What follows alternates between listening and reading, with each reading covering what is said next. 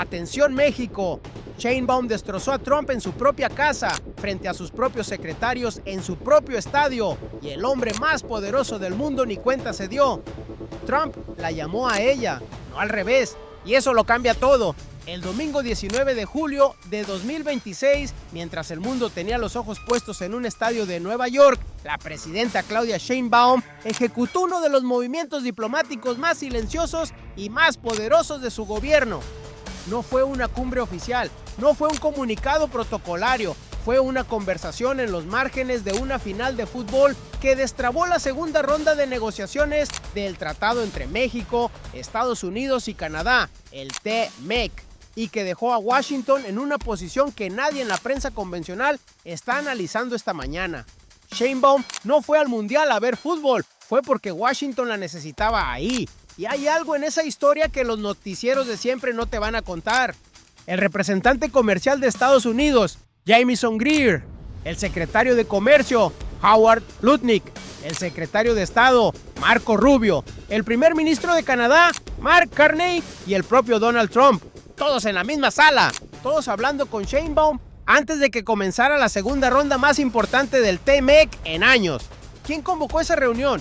¿Quién diseñó ese escenario? La respuesta a esa pregunta te dice todo lo que necesitas saber sobre quién tiene realmente el poder en esta mesa. Esa pregunta ya tiene respuesta en el análisis de Sheinbaum y es la que los medios no quieren publicar. Pero hay algo que los noticieros no te van a decir.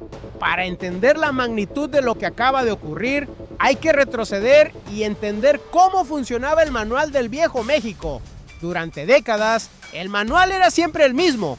Washington presionaba, México cedía, Washington amenazaba con aranceles, México mandaba a su canciller a disculparse.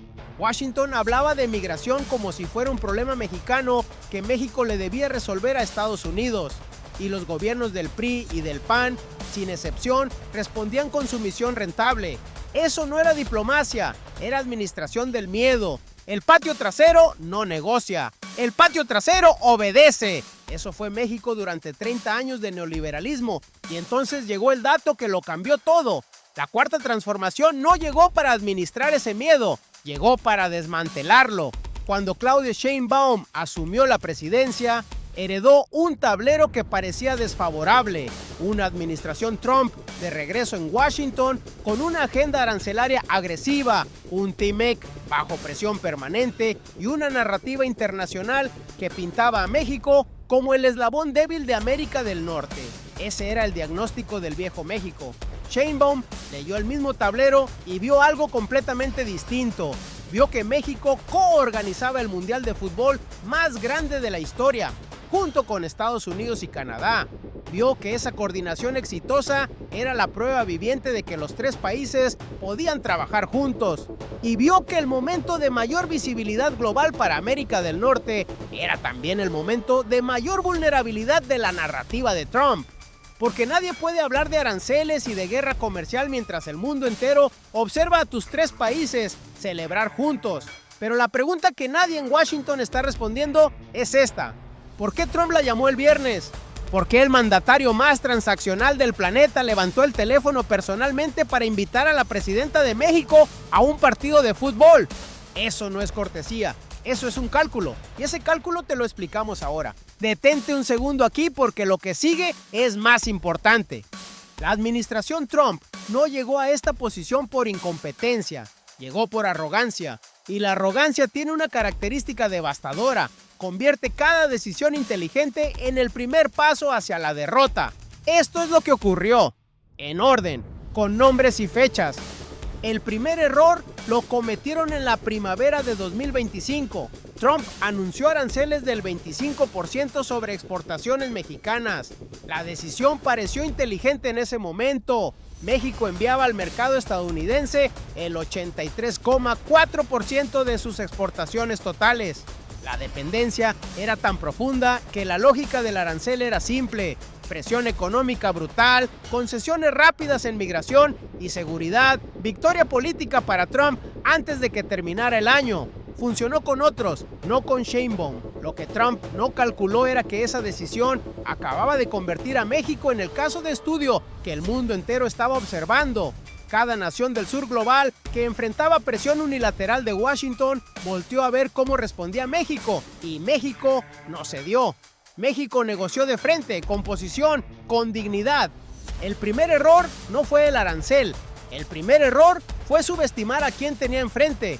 Y entonces llegó el dato que lo cambió todo. El segundo error lo cometieron semanas antes de la final del Mundial. La administración Trump decidió convertir el torneo en una vitrina de poder blando para Estados Unidos. El razonamiento pareció impecable. América del Norte organizando el evento deportivo más visto del planeta era la imagen perfecta del liderazgo hemisférico. Trump en el estadio, rodeado de líderes mundiales, proyectando fuerza. Lo que no calcularon fue que ese escenario reunía en el mismo lugar y al mismo tiempo a todo el gabinete comercial de Washington. Greer, Lutnick, Rubio, junto con el primer ministro canadiense y docenas de líderes internacionales. Crearon sin quererlo la sala de negociaciones más valiosa del año y la dejaron sin protocolo, sin posiciones duras preparadas, sin la armadura de la formalidad diplomática. Trump construyó el escenario. Sheinbaum llegó lista para usarlo, pero había algo que Washington no había calculado todavía. El tercer error lo cometieron el viernes 18 de julio. Trump llamó personalmente a Sheinbaum, la invitó al partido. La llamada duró lo suficiente para que la presidenta de México entendiera algo fundamental. Washington necesitaba que ella estuviera en ese estadio, no como decoración, como interlocutora indispensable antes de que comenzara la segunda ronda del TMEC el lunes. La decisión de Trump pareció un gesto de camaradería, un guiño informal entre líderes. La narrativa que Washington imaginaba era simple: Trump generoso, Trump anfitrión, Trump que invite a su vecina del sur al partido más importante del año. Lo que no calcularon era que esa llamada le entregaba a Sheinbaum el control completo de la narrativa. Porque a partir de ese momento, la historia no era México fue al Mundial. La historia era Washington llamó a México antes de la negociación más importante del año. Ese tercer error fue lo último que calcularon mal, porque para entonces Sheinbaum ya tenía el tablero rediseñado. Mientras Trump organizaba su vitrina y sus secretarios preparaban sus trajes para el estadio, Sheinbaum ya había trazado cada movimiento. Así funciona la diferencia entre un político tradicional y una estratega. El político tradicional reacciona al escenario, la estratega diseña dentro de él. El primer movimiento fue la posición sobre los aranceles BRICS. Días antes del Mundial, Trump amenazó con imponer un 10% adicional de arancel a los países que se alinearan con las políticas antiamericanas de los BRICS. Era una advertencia directa: o estás con Washington o pagas el precio. Sheinbaum respondió el mismo lunes 20 de julio con una claridad que no dejó margen de interpretación. La relación entre los países debe ser de cooperación para el desarrollo. Siempre esa es nuestra posición, y además es una posición no solo por convicción, sino que está establecida en nuestra Constitución. Esa declaración no fue una respuesta defensiva, fue un posicionamiento estratégico. México no se alineó con los BRICS, pero tampoco aceptó la coerción de Washington. Navegó exactamente en el centro donde ningún arancel tiene justificación legal y donde el derecho internacional está de su lado. Dale like si llegaste hasta aquí, porque esto apenas comienza. El segundo movimiento fue la construcción del ambiente diplomático en Nueva York. Antes de que comenzara el partido, Sheinbaum sostuvo conversaciones con Jamieson Greer, el representante comercial de Estados Unidos, con Howard Lutnick, secretario de Comercio, con Marco Rubio, secretario de Estado. 3 de los 4 actores más poderosos de la política comercial de Washington, en un ambiente sin protocolos rígidos, sin posiciones oficiales comprometidas públicamente, sin la presión de los comunicados formales. Ese ambiente es el más valioso en diplomacia, es donde se mueven las líneas reales. El tercer movimiento fue el más silencioso y el más definitivo: asegurar la reunión bilateral con Greer en Ciudad de México antes de que terminara la semana. No en Washington, en México. Eso no es un detalle menor. Cuando la reunión ocurre en suelo mexicano, México es el anfitrión, México establece el tono, México controla el ritmo. Y aquí es donde el plan completo se revela. Sheinbaum no fue al Mundial a ver fútbol, fue a convertir un estadio en una mesa de negociaciones donde ella ya conocía los argumentos de todos los presentes, donde el ambiente jugaba a su favor y donde cada conversación de 3 minutos con un secretario del gabinete estadounidense valía más que 3 meses de comunicados formales. No más fuerte, más inteligente. El lunes 20 de julio, mientras los medios convencionales reportaban una breve charla informal en el estadio, el verdadero impacto ya se estaba midiendo en cancillerías y en mesas de análisis económico. La segunda ronda de revisión del TMS comenzó ese mismo lunes, no con México a la defensiva, con México en posición. La reacción del lado estadounidense fue reveladora precisamente por lo que no dijo. No hubo declaración agresiva de Washington sobre la reunión, no hubo comunicado unilateral redefiniendo los términos, no hubo el tipo de bravuconada que la administración Trump usa cuando siente que tiene ventaja. El silencio en estos casos es el dato más importante. Eso no es todo. Lo que viene a continuación sacudió cada cancillería del planeta. Ese mismo lunes, mientras Sheinbaum describía los encuentros en su conferencia matutina, llegó desde Brasil una señal que los medios corporativos enterraron en sus páginas interiores. Dilma Rousseff, expresidenta de Brasil, hoy presidenta del nuevo Banco de Desarrollo de los BRICS, la institución financiera que representa a las economías emergentes que están rediseñando el sistema monetario global, reconoció públicamente el trabajo de Sheinbaum. Dijo que debía ser motivo de orgullo para las mujeres del mundo. Eso no es un comentario de cortesía entre líderes. Eso es una señal del eje BRICS, diciéndole al mundo, México, bajo Sheinbaum, es un actor que respetamos. Y esa señal llegó el mismo día en que México comenzaba su segunda ronda de negociaciones con Washington. El timing no fue coincidencia. Ese detalle pequeño cuenta una historia enorme. Pero hay un elemento que ningún análisis geopolítico puede ignorar, el que conecta todo esto con la vida de cada mexicano de a pie. Hay 6,4 millones de empleos formales en México directamente vinculados al comercio con Estados Unidos. Plantas en Chihuahua, exportadoras en Jalisco, proveedores en Nuevo León. Cada punto porcentual de arancel que sube o baja en las negociaciones del TMEC es la diferencia entre una planta que expande su nómina y una planta que la recorta. Cuando Sheinbaum habló de comercio en ese estadio de Nueva York, no estaba hablando de cifras abstractas para economistas. Estaba hablando del salario de un trabajador de Monterrey. Estaba hablando del contrato de una familia en Ciudad Juárez. Estaba hablando de ti. Y lo hizo desde una posición de fuerza que ningún presidente o presidenta de México había construido así en décadas. Sheinbaum no reaccionó, diseñó, no improvisó, ejecutó. Lo que ocurrió en Nueva York no fue una serie de conversaciones afortunadas, fue un mecanismo de relojería, cada pieza colocada con meses de anticipación, cada movimiento calculado para que el siguiente fuera inevitable y el adversario caminando hacia una trampa que él mismo ayudó a construir. Así funciona la arquitectura diplomática de Sheinbaum.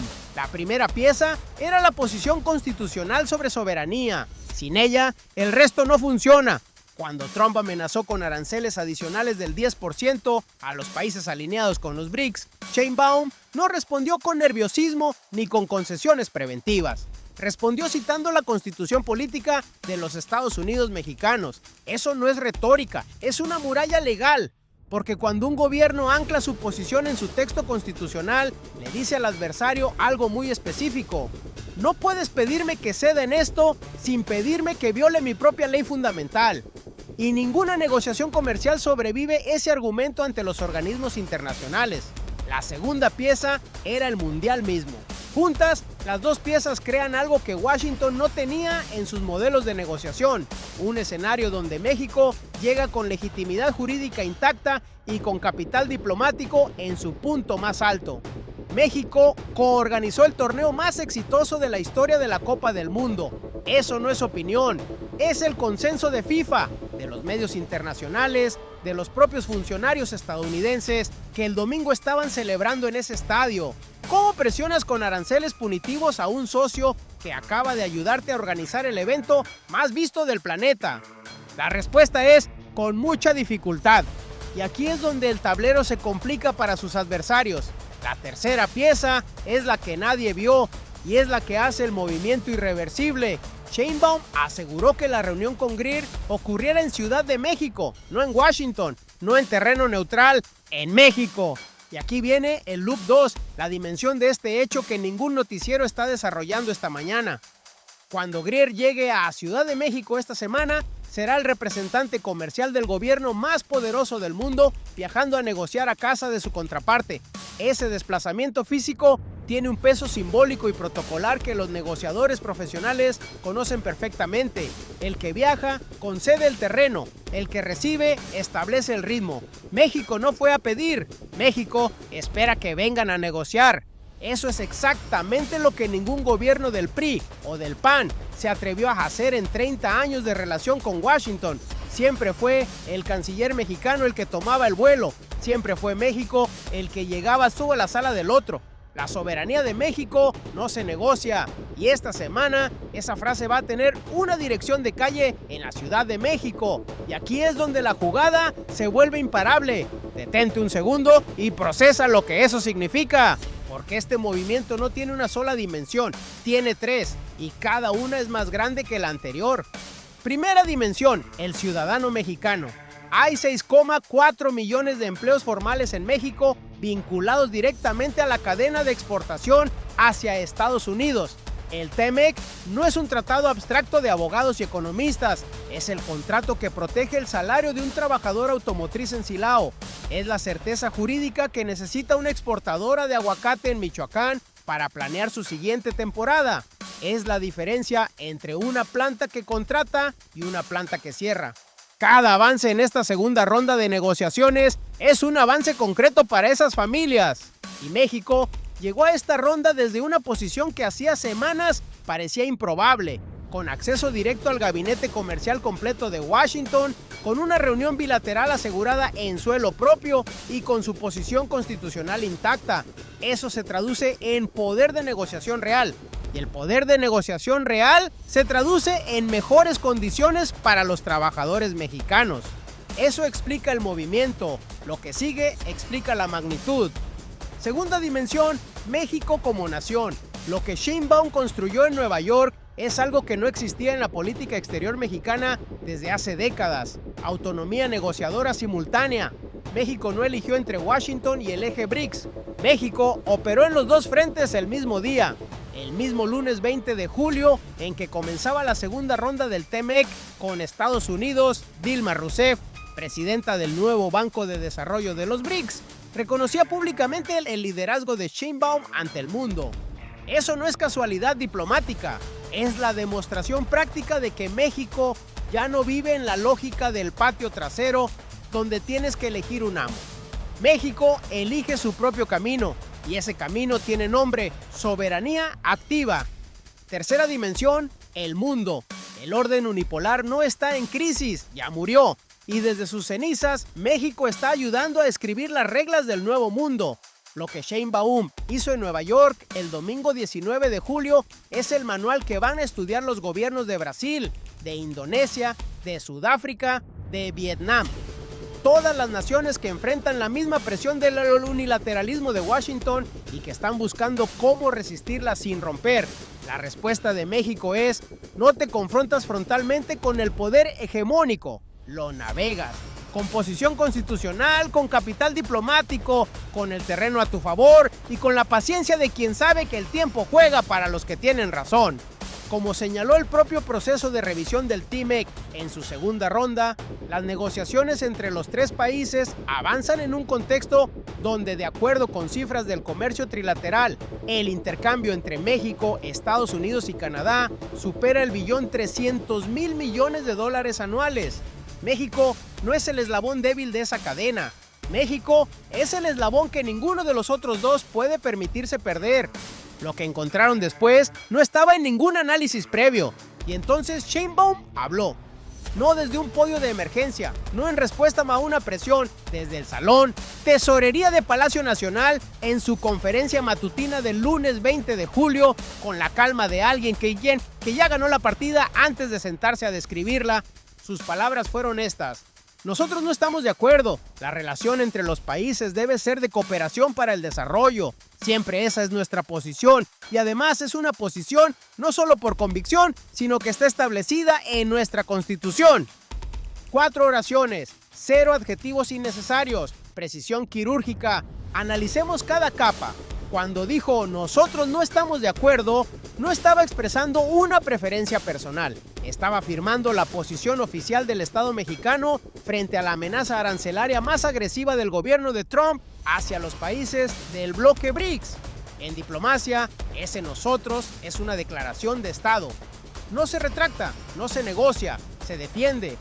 Cuando dijo la relación entre los países debe ser de cooperación para el desarrollo, no estaba siendo idealista, estaba citando el principio del derecho internacional que hace ilegal la coerción económica como instrumento de política exterior. Estaba diciéndole a Trump, en lenguaje que cualquier tribunal internacional entiende, que México tiene el marco legal para defenderse, pero lo más poderoso no era lo que se veía. Cuando dijo, está establecida en nuestra Constitución, cerró la trampa, porque en ese momento le dijo a Washington algo que ningún negociador puede ignorar. Pedirme que ceda en esto es pedirme que viole mi propia ley fundamental, y eso no lo puede hacer ningún presidente o presidenta de México sin consecuencias políticas internas devastadoras. Esa frase no fue un escudo, fue una notificación.